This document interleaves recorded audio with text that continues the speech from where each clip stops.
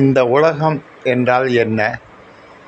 நாம் எல்லோரும் சொல்லிக் கொண்டிருக்கிறோம், இந்த உலகம் என்னை கெடுத்து விட்டது, இந்த உலகம் என்னை வாழ வைக்கவில்லை என்றெல்லாம் சொல்லிக் கொண்டிருக்கிறோம். இந்த உலகம் என்றால் என்ன? உலக முட்டாள்களே, இதை புரிந்து கொள்ளுங்கள். சப்த ஓசைகளினாலும் பொருள்களினாலும் நிறைந்தது இந்த உலகம்.